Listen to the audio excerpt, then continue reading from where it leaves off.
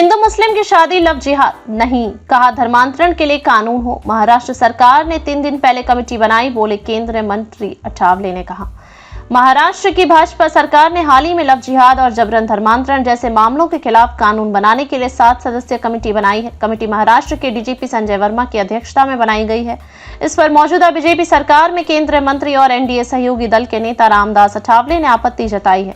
उन्होंने कहा, धर्मांतरण रोकने के लिए प्रावधान होने चाहिए, लेकिन समाज और धर्मों के बीच तालमेल बनाए रखना भी जरूरी है।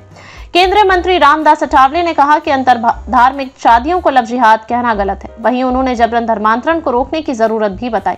हालांकि अठावले पहले लव जिहाद कानून के समर्थन में थे, लेकिन अब उनका कहना है कि अगर हिंदू लड़के और मुस्लिम लड़के के बीच शादी होती है तो धर्मांतरण नहीं होना चाहिए। उन्होंने कहा, अगर कोई हिंदू लड़की और मुस्लिम लड़का आपसी सहमति से शादी करते हैं तो इसे लव जिहाद नहीं कहा जाना चाहिए, लेकिन जबरन धर्मांतरण गलत है। अठावले ने प्रधानमंत्री नरेंद्र मोदी का बचाव करते हुए कहा कि वह सभी समुदायों के हित के लिए काम करते हैं और उनकी योजनाओं का लाभ सभी को मिलता है। उन्होंने कहा कि प्रधानमंत्री मोदी सभी को एक समान मानते हैं, उनकी नीतियों का लाभ मुसलमानों को भी मिलता है। वह कट्टरपंथी मुसलमानों के खिलाफ है, न कि पूरे समुदाय के खिलाफ।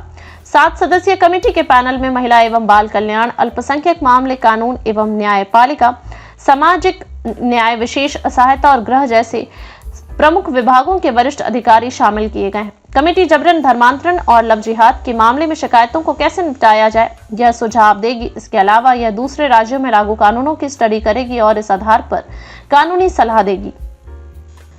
महाराष्ट्र की रहने वाली श्रद्धा वाकर की उसके बॉयफ्रेंड आफ्ताब पूनावाला ने 2022 में दिल्ली में हत्या कर शव के टुकड़े कर दिए थे। भाजपा ने इस मामले के बाद राज्य में लव जिहाद का मुद्दा उठाया था।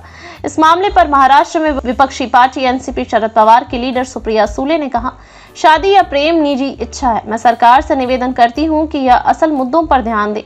मोदी जी अभी अमेरिका से वापस लौटे हैं। अमेरिका ने हम पर नए टैरिफ लगा दिए हैं, जिसका प्रभाव हमारे देश पर पड़ेगा। ऐसे मामलों पर ध्यान देना चाहिए। अक्टूबर 2024 में तत्कालीन उप मुख्यमंत्री और वर्तमान मुख्यमंत्री देवेंद्र फडणवीस ने कहा था कि 1 दशक पहले हम सोचते थे कि लव जिहाद की बात इक्का दुक्का घटना है, लेकिन 1 लाख से अधिक शिकायतें मिली हैं। इनमें हिंदू महिलाओं को दूसरे धर्मों के पुरुषों के साथ भागकर शादी करने का झांसा दिया गया। धर्म परिवर्तन के लिए कोई भी व्यक्ति किसी को जान या संपत्ति का भय दिखाता है, बल का प्रयोग करता, शादी का दबाव बनाता है, तो उसे भी आजीवन कारावास और जुर्माने की सजा भुगतान करना होता है।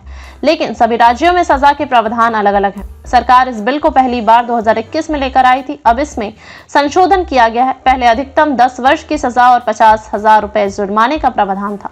कानून लागू होने से लेकर अप्रैल 2023 तक 427 केस दर्ज हुए थे। इनमें से 65 नाबालिग लड़कियों का धर्म परिवर्तन कराया गया था। सबसे ज्यादा केस बरेली में दर्ज हुए थे।